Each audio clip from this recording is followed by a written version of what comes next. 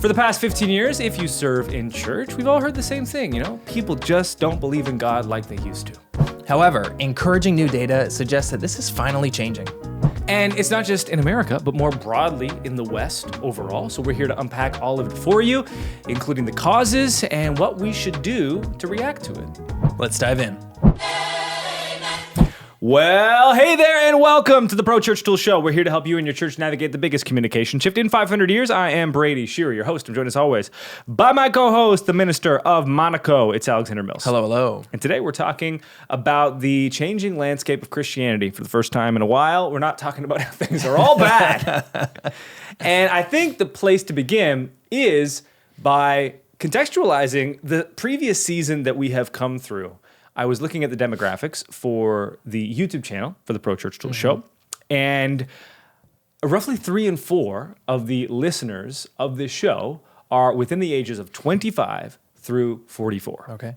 And so what that means is, for those of us that are within that age range, which of course both of us fall right smack in the middle of, we have basically been serving in church for the entirety of our adult lives in this landscape where we have heard it. Just so you know, nobody believes in God anymore. And so it's really interesting to think about us coming out of that. Let's just put an anchor into the ground and talk about this previous season, though. Our friend Ryan Burge, Graphs About Religion, coined this season that kind of starts around 2008 as the rise of the nuns. The nuns being those that have no religious affiliation. So that would include both atheists and agnostic, or the nun in particular category. So how did 2008 to 2020 look? Well, in 2008, about 21% of American adults identified as atheist, agnostic, or claiming no religion in particular. That's 2008. 21%. 6 years later, that's 2014, it's now 28%. So that's a large percentage point jump in a very short window of time. Fast forward another 6 years, this is now 2020, and we're all the way up to 34%. Wow. To quote Burge, quote, the non-religious share of the population was growing about as fast as anything in the world of demography. And I think that quote pretty much encapsulates how turbulent this season was. So if you are my age, born in 91, Alex, born in 93. We go to Bible college, we're entering into ministry. It's, 2013, 2011, 2014. It's like, it looks like people are not believing in God as much. It's fine, Just a blip. surely the tides will turn. 6 years later. Oh gosh, really no one believes in God anymore. Oh, a pandemic. Okay. Maybe that'll lead us to the Lord. And maybe we'll get into that a little bit later. So I think it's worth reminding and really painting this picture of it's been pretty grim out there. And so as we'll get into, the tide changing is going to be not just a welcome return to maybe how things were before, but very, very different feeling for those of us in ministry. Yeah, and you said it. The feeling about it is something that a lot of us who grew up in church or belong to church or work in church have felt over the last, we're looking at data since 2008. So over the last roughly 2 decades, we've been able to feel this thing we're talking about, the increase in folks basically leaving religion or not identifying with the religion of their youth. But, so thankful for Ryan and his work. Ryan has written so extensively on the rise of the nuns. He's written a book. We've had him on the show multiple times. And what I love in particular about his work, he works with data. He's handling it all day, but he puts it in a visual medium in these graphs so we can actually see, okay, we're feeling this, you and I entering into working in churches and feeling like, is the congregation getting smaller every week?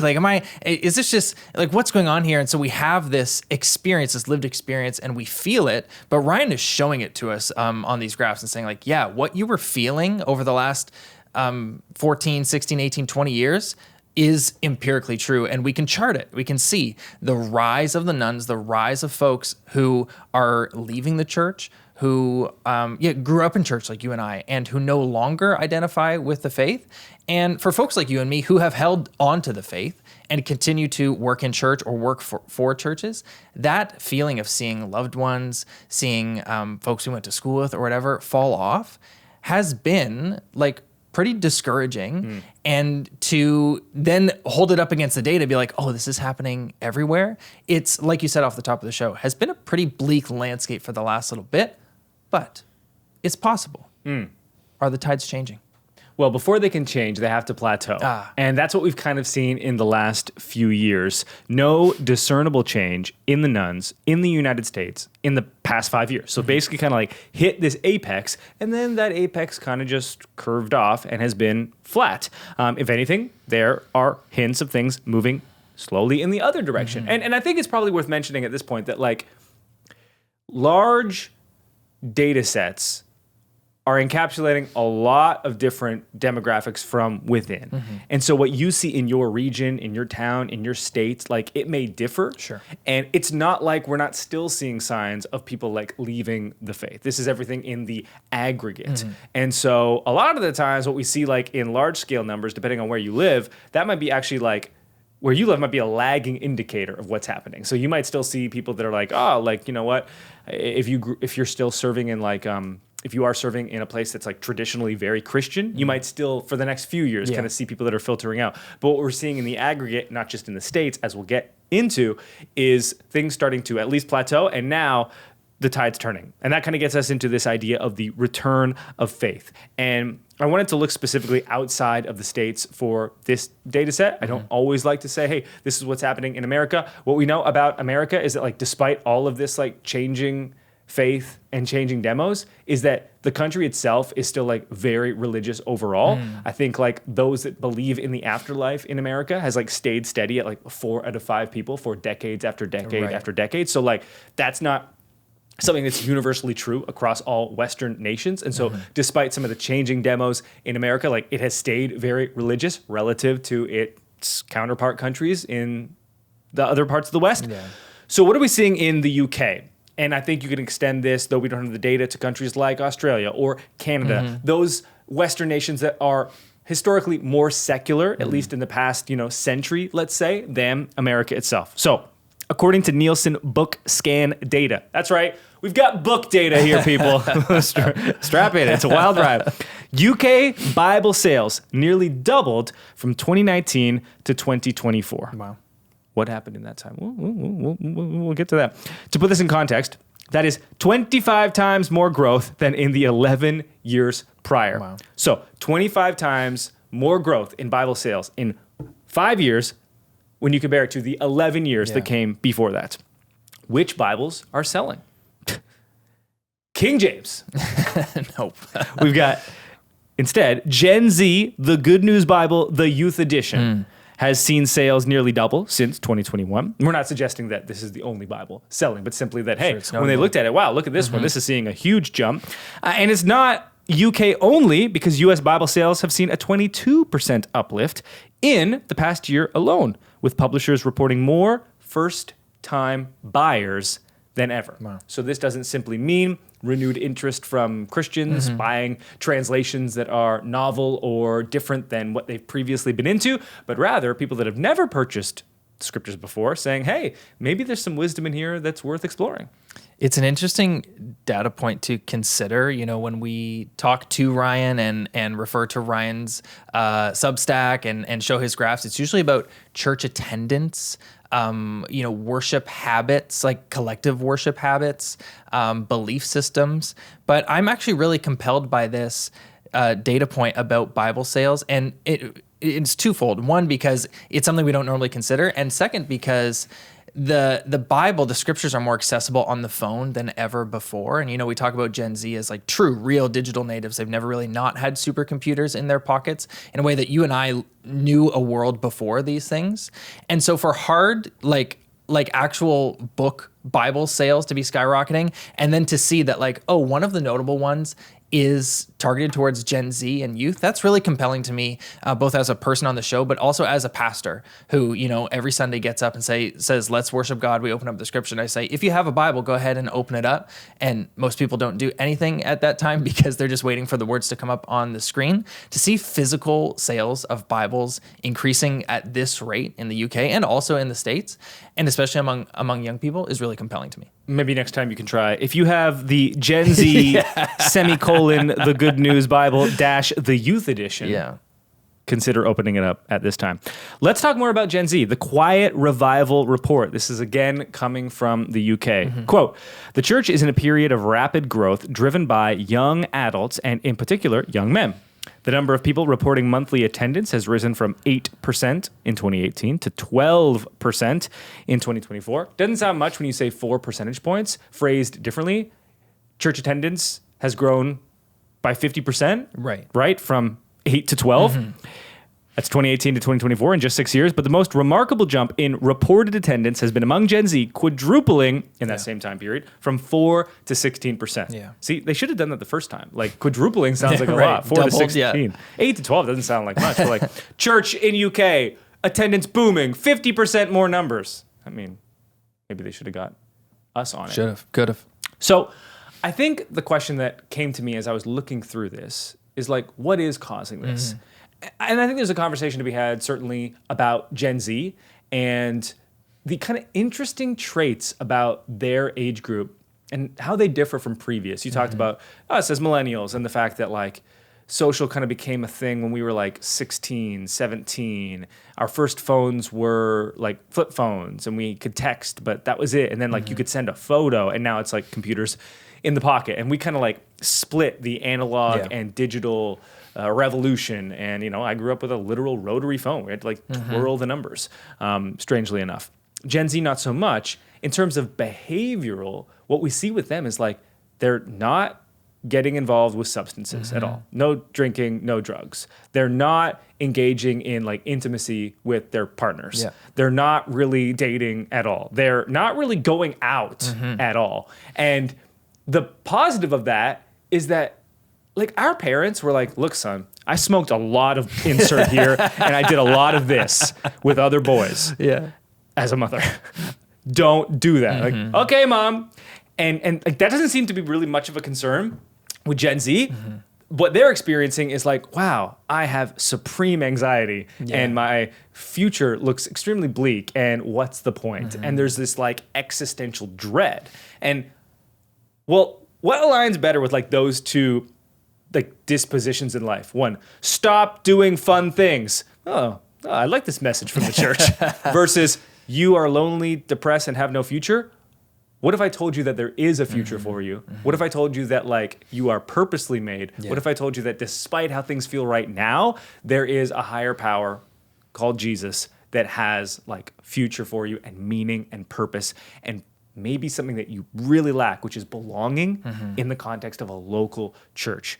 I think that like the church is uniquely positioned amongst institutions in culture to meet that need that is, it seems right now, being left unmet. Totally. Gen Z they're craving spirituality. We see this, again, you can prove this with data. Ryan's done that. But for anyone who works in a church or serves in a church, or frankly, anyone who knows someone from Gen Z, whether you have niece or nephews or kids or friends, whatever it is, you can sense that like they are demystified by the, this is my opinion now, I think they've become demystified or disenchanted by the digital devices, and they're just looking for something bigger than whatever story the social landscape online is telling them, and they're craving spirituality. We see this in our church, in our relationship with our youth. Like these kids just want to talk about spiritual things. They are asking really smart questions. They are reading their Bibles. They are buying their Bibles in a way that that the generation before them did not. And I'm sure there are many reasons for that, but we can see both empirically and experientially that Gen Z is just, they're craving spiritual things. And so you see this reflected in your churches and your experience with those kids and in the numbers. And that is so encouraging to me. And that's not only something that's happening in the UK, that's something that we can chart kind of across the map and see like, yes, Gen Z wants something that is alive, something that gives them hope, something that gives them purpose. Like you said, something that can speak to their anxiety, to their depression, to the feelings of longing for belonging. And the church is so uniquely positioned to tell that story, to tell a better story, and to be the balm to soothe, the pain that they're feeling. And so it's the picture that's been painted of religion, not just in America, but the Christian religion globally has been so bleak for the last 10 or 20 years. Like, oh, people they don't go to church like they used to. They don't read their Bible like they used to. The Bible's not in school. Insert phrase here. But I'm feeling this like groundswell of hope, and it's being driven by, frankly, the behavior of Gen Z. What they are saying, what they're asking, and what they're doing. And we see it in the data, and that's really encouraging to me. So what else might be causing this? 3 things that I wrote down. The first is, what stood out to me in all the numbers of this data was like, COVID sure seems to have like spurred on some change. You can see some spikes or some trends. Oh, bad. 2019 hit. Oh, maybe God is real, because like, what else do I have going on right now? I need God to be real. So we all grew out our hair, improved our skincare, and was like, Lord, please, can you hear me? Because it's tough. It's tough out here. And that, is that causation? Is that correlation? I think I would lean that's causation. What's also true is like prior to COVID, us millennials, like, there was the 2008 market crash, but like the world hasn't known war the way it did in previous decades, and like the American church was really formed during some very turbulent periods, and we kind of know that like when things are tough, you tend to like, man, like there's got to be something more to this, and we look upward or outward. And so like when things are like really, really good, what we know is like, God, I don't really need you, because like we are gods ourselves. Like we are so prosperous that like you're kind of like we've evolved beyond you. Even Maslow's hierarchy of needs is like, we're all the way up here. Like we can like conceptualize ourselves out of faith because we're just so prosperous up here. So something bad happens like COVID, and it changes our perspective on things. I think that plays a big role. What we're also seeing is, and we talked about this in our last episode with Ryan, is men, and young men in particular, perhaps for the first time in a while, being more religious than their female counterparts, and how young men returning to church is a part of it. And I think then we also would be remiss to not mention politics and the kind of spearheads and, influential characters, whether it's a Trump or a Rogan, who like are somehow intertwined with faith. Like I wouldn't look at, some of these men and say like, wow, like fruit of the Spirit. I don't see that myself, but then they would also in their word say, I stand for these things. Whereas previous politicians or previous influential forces have very much distanced themselves from faith. And so, what level of genuineness, authenticity is there? It's not really for me to say, but they're aligned in that same sphere where they're like, this person is like of this faith. In the way where like cultural Christianity really kind of like lost its propulsion in America. And like there's this cultural Christianity element that's returning, in a bit. And we know that religious practice is downstream of political identity. We can see that again. Like we're pointing back to Ryan Burge often in this episode, and it's because like he handles this data so well, and he presents it in a way that's like really easy to digest and frankly like really helpful for the work that we do. But I remember what one of Ryan's pieces was like really helpful to me personally as a pastor to visualize that folks' religious behavior, what church they choose to attend and how they choose to engage with that church actually comes downstream of their political identity. And that was really helpful for me to conceptualize as a pastor, to put my finger on some things that was going on in the church, some things going on in culture, and be like, this makes a lot more sense when I recognize that like it's not religion that is informing our politics, generally, but it's our political identity that our religion is downstream of that. It's being informed by our political identity. So surely that's like the polarization of now we're back to America, right? The polarization of American politics, and now you and I are experiencing here in Canada. The polarization right now in the midst of this federal election is unprecedented in my lifetime, in my experience as a Canadian, as a voter. And so the boundary lines, the lines in the sand that folks are drawing for themselves as it relates to their political identity are becoming a lot more defined as politics becomes more polarized. It's like, okay, well, I got to double down here because the other side is becoming more boisterous here, and that informs our religious behavior. What Christian tribe we align ourselves with. So certainly, I really do think in the last, we can point at some of these data points and see the 2016 election in America, the 2024 election in America, and see politics has certainly been a big driver of some of these conclusions we're drawing from this data set. So we talked about where we came from, the plateau, where things are headed now, the cause. Final thing to hit on is, okay, so what are we as the church going to do about it? The first thing harkens back to how we started this episode, and those that are in that 25 to 44-year-old demographic serving in one season of culture. If we're coming out of that season, it's important to not treat people the same way or not have the default position where you expect them to be the same way. Right. Now, this doesn't mean that like you're going to see a 180. That's not how these types of shifts happen. They happen gradually and then all at once.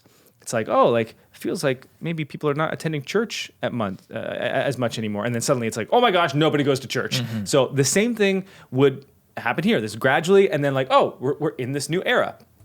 And so it's probably useful to just start thinking about people differently and not just assume that people will be maybe antagonistic towards faith in the way that, like, at least for me, was a very common experience in the past 15 years. Perhaps they're going to be more open and like you don't always have to start on your back foot. And how does that maybe change programming in church? You know, like the seeker-sensitive church movement really came out of a season where like, man, nobody seems interested in church. Like, how do we get them to at least like open their mind to faith? Like, okay, like, let's demonstrate like this thing that is kind of in their wheelhouse. And then we can kind of link that to like, well, we're motivated in this way because of this. And It's that, like opening your worship set with a secular song. Sure. Yeah. That was always strange. I also don't think that like happened as much as like, okay, yeah, we get it. New Spring did Highway to Hell one time on like Good Friday. It was like, well, every other song is U2. The Streets Have No Name. Well, that's not a worship song. Okay. I don't know. Maybe I'm wrong. I don't think I've ever been in a church service that had a secular song unless it was like, you know, a non-church. Anyway, the point is being aware of this season, or at least being aware of the shifting tides, which brings me into my next water metaphor, which is to ride the wave. Nice. We always say this in terms of like social media trends or design trends, like, or just like certain like ground swells of like, this is the thing that we're doing now. It's like, you can try to fight it, but you'll probably just get knocked over. A big enough wave is going to come over. It's going to knock you over. So the better approach is to ride the wave. We've done that serving in this previous season. Like, we didn't choose to be born in the 90s, early 90s. We were, and so we entered ministry at this time. Okay, great. This is the landscape of faith. I'm here to serve. I'm not in control of this landscape. I'm here to be a small little worker in the overall landscape. So how can I bring more heaven to earth based on what we're in right now? If things are changing, then like, let's ride that wave. Okay, people are more open to faith. Well, how does that affect programming? How does that affect conversations? How does that affect my approach to, you know, everyday life? Yeah. Be aware, ride the wave. Next, let's create more crossover opportunities. And crossover opportunities would just be the expression tactically of this idea of riding the wave. Let me give you an example. So there is a church that is very close to our office. And I was talking with someone who lives in that neighborhood yesterday. This person, despite living close to our office, is not a person of faith. And they were saying how, well, we were talking about the federal election for Canada. I know this is huge. Polarizing. This is important. Everyone listening outside of Canada, this is like top of mind. And I said, well, I did early voting because I was like, I did not want to go on the one day with the kids. It's going to be a whole big thing. So we did early voting. So we hung out on Monday and we all were together as a friend group. And then we went and voted afterwards. Okay. And he's like, well, I'm not going to do early voting. I'd love to, but I can't. I was like, why? He's like, because my voting station is the church across the street. And before it was a church, it was a restaurant. And before it was a restaurant, it was a comedy club. And I got to see what it's in. Like, what does it look like? I was like, well, your early voting is not the same as your live day voting. He's like, no, they're different places. I was like, oh, well, mine's the Holiday Inn no matter what. So I was like, why do you care so much about this church? He's like, well, aside from like the interest of like how have they like redone the space, he's like, I have seen this church cleaning up our neighborhood, like the park. They have dropped roses at our doorstep before, and they've just been like, hey, we're this church down the street. Just want you to know, like, we were praying about you and your family. It's like nothing pushy. It was just like letting. He's like, every Wednesday they have like free coffee, like just go in and get coffee. And this man, not a person of faith, was speaking glowingly of this church because of all the good that the church had done in the community. This is a small neighborhood. This is a small church. And this church has clearly, at least based on their actions, I do not know a single person there, was like, hey, this is who we serve. And we just want everyone that's like on this street and that street and that street to know we exist. Are they going to come? Probably not. But we want to be a beacon of positivity and hope and goodness in this place. And I thought to myself, you know what that does? That creates willingness to go to the church for maybe voting one time, or you get invited one time. Like, it creates an openness and a willingness that, if that already exists in just like the spiritual overall, if the disposition is like openness instead of closed offness from the previous season, if we can as churches demonstrate to the community we are places that care and are anchored and rooted in this place, that makes it even more likely that more people are going to hearken the doorstep, as it were, and perhaps visit us in person. Yeah, that's so good. And then finally, understanding the people that you are trying to reach. I recently completed the logo and branding module for Pro Church Certified. And one of the things that we tackled in that module was audience personas, where we have churches kind of go through the exercise of writing down the 4 different kind of primary audience personas of a church. And we give them fun, alliterated names so that they're easy to remember. And the reason that this exercise is so powerful is that I said, like, hey, write this down based on a real person you know. When you put it in your brand guide, don't use their likeness and don't use their name. But I want you to base it on a real person you know. So I was just talking about this person and their experience with this church. Okay, like, I could base an audience persona off that person. Okay, this person's name is blank blank. Again, a fun alliterated name. In the brand guide, we called the person that was, far from faith, far away Fiona. Nice. Far away Frank. Far away Fabio. I said you could change it up based on your demographic. So it's like, far away Fiona is this. And I talked about all the things that were unique to her. And I said, the next time you have a conversation amongst leadership about programming, about messaging, you're writing the About Us page on your website, I want you to think about your 4 audience personas. So think about Faraway Fiona and what she resonates with and her communication style and what is keeping her from faith. And then read through the copy you just wrote or reevaluate the programming that you just presented and think about her and how it intersects with her life. And the fun part about this exercise was each audience persona was very different. Like, one of them was Kathy Christian, and that was not intentionally named after your mother. Now that I'm thinking about it, though I was texting with her this weekend. Nice. And Kathy Christian is going to have a very different perspective on life and faith and how she cares about being communicated to than Faraway Fiona. Yeah. And so then we took those audience personas and we extracted personality and voice values for the church that would basically reconcile 2 people that you care about reaching who are basically like antithetical to one another. Right. Because what we talked about was, like, in church, what happens is you end up being hospitable to like one group, usually the person that looks most like the pastor, at the expense of being hostile to the others. And I said, like, if one person says, I don't resonate with things in church because they're too dogmatic, and then Kathy Christian's like, please just speak it to me plainly. Like, how do you reconcile those 2 things? And I said, those are their perspectives, but if we can kind of like pull voice attributes from those things. So for like Faraway Fiona, we said, like, our brand voice will not be elitist. And that was kind of the word that we mined from this idea of dogma. It's like, if dogma is like, opinions that are expressed as strong as facts, like, I don't, like, as a person of faith, like, I do want to like believe strongly in my thing. So I don't think that's a bad thing. But what is it about dogma that turns off Faraway Fiona and keeps her far away from faith, but makes her maybe more open to Eastern religions? It's like, well, probably the elitism. So I wrote down, okay, our brand voice is not going to be elitist. And then for someone like Kathy Christian, her issue was like, I've been coming to church for 50 years. Like, if I'm being honest, sometimes it's like a bit routine. And so I was like, okay, the brand voice we pulled from that was like, our brand will not be stale. It's like, okay, so now if I run my copy evaluation through, we're not going to be elitist and we're not going to be stale. I can reach both those people who at first glance are completely different, and you would have to like cater to one or the other. No, that's not true. It was not my intention to go into this full exercise right now, but the idea here simply is to be aware of who you're trying to reach.